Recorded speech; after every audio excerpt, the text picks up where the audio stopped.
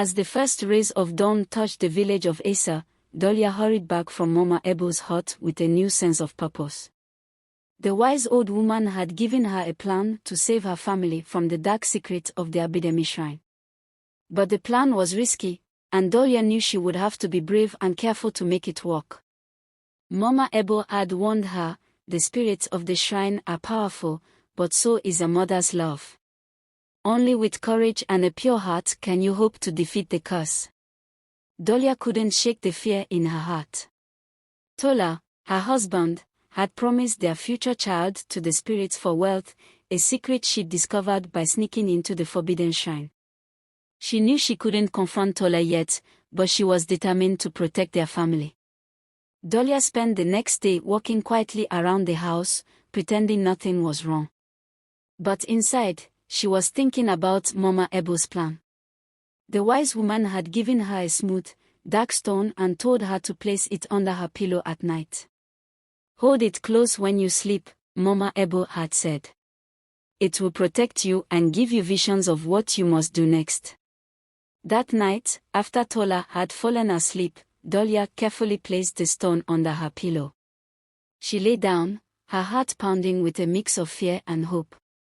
She closed her eyes, holding the stone tightly. As she drifted off to sleep, she began to hear soft whispers, like leaves rustling in the wind.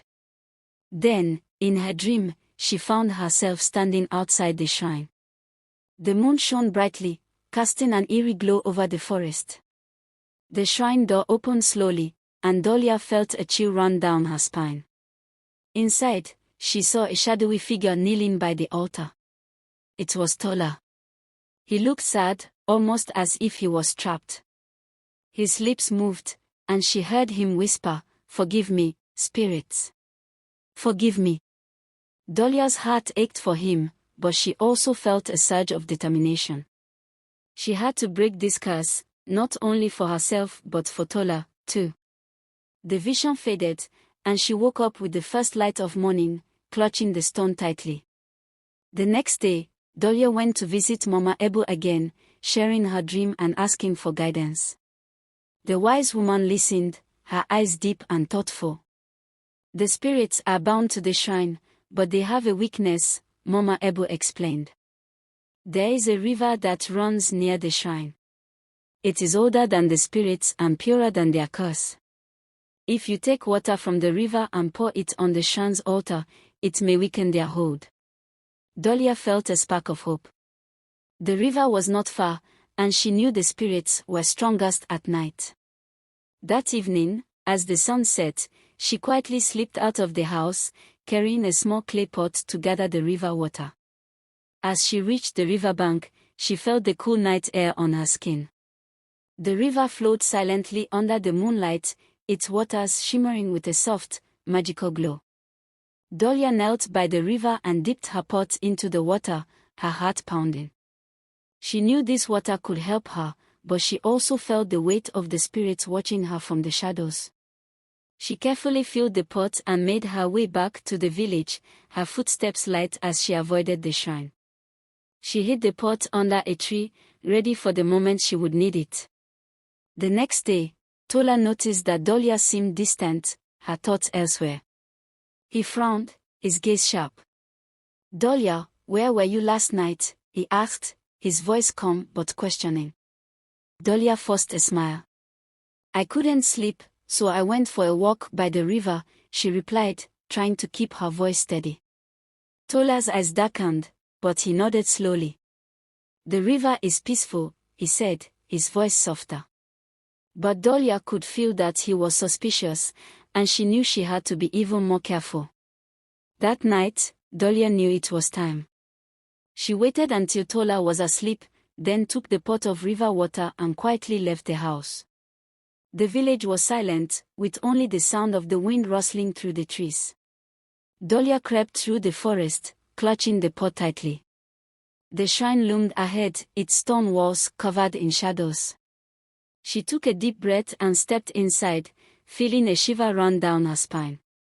The altar stood before her, with the clay pot holding the wooden figure at its center. She carefully poured the river water onto the altar. The water sparkled in the moonlight, flowing over the altar and onto the floor. Suddenly, a chill filled the air, and she heard whispers growing louder, angrier. The spirits knew she was trying to break the curse. Just as she finished pouring the water, the wooden figure on the altar began to tremble, cracks appearing on its surface. Dalia watched in awe and fear, hoping the curse was weakening. Suddenly, Dalia heard footsteps behind her. She turned to see Tola standing in the doorway, his face filled with shock and anger. "Dalia! What are you doing here?" he shouted, his voice echoing through the shrine. Dalia's heart pounded, but she stood her ground. "I know about the curse, Tola. I know what you promised to the spirits." Tola's face twisted with a mix of fear and regret. "Dalia, you don't understand. The curse has kept our family safe and wealthy for generations. Without it, we could lose everything. But what about our child, Tola? Are we supposed to sacrifice our own blood for wealth?" Dalia's voice shook with emotion.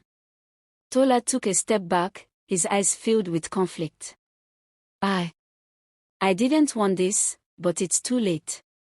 The spirits demand their price." Just then, the shrine filled with a ghostly light, and Dalia felt a cold wind rush through the room. A voice echoed around them, ancient and filled with anger. "Foolish woman," the voice hissed.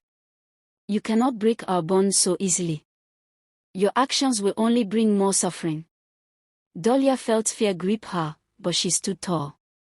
"I will protect my family, no matter what." The voice laughed, a chilling sound that echoed through the shrine. "Very well. If you wish to defy us, then prepare for what is to come." The ghostly light faded, leaving the shrine silent once more. Dalia looked at Tola, her heart heavy with both fear and hope. "We can fight this, Tola. Together, we can find a way to end this curse without sacrificing our child," she whispered, reaching out to him. Tola looked into her eyes, and after a long moment, he nodded. "I will stand with you, Dalia. But know that the spirits will not give up easily. We must be ready for whatever they throw at us." Dalia and Tola left the shrine together, the shadows of the forest feeling heavier than before. They knew that the spirits were angry and that their fight was only beginning. But Dalia felt a new strength within her. She had faced the spirits and won a small victory, and she was ready to face whatever came next. As they walked back to the village, Dalia held Tola's hand tightly, knowing that they would need each other more than ever in the days to come. To be continued.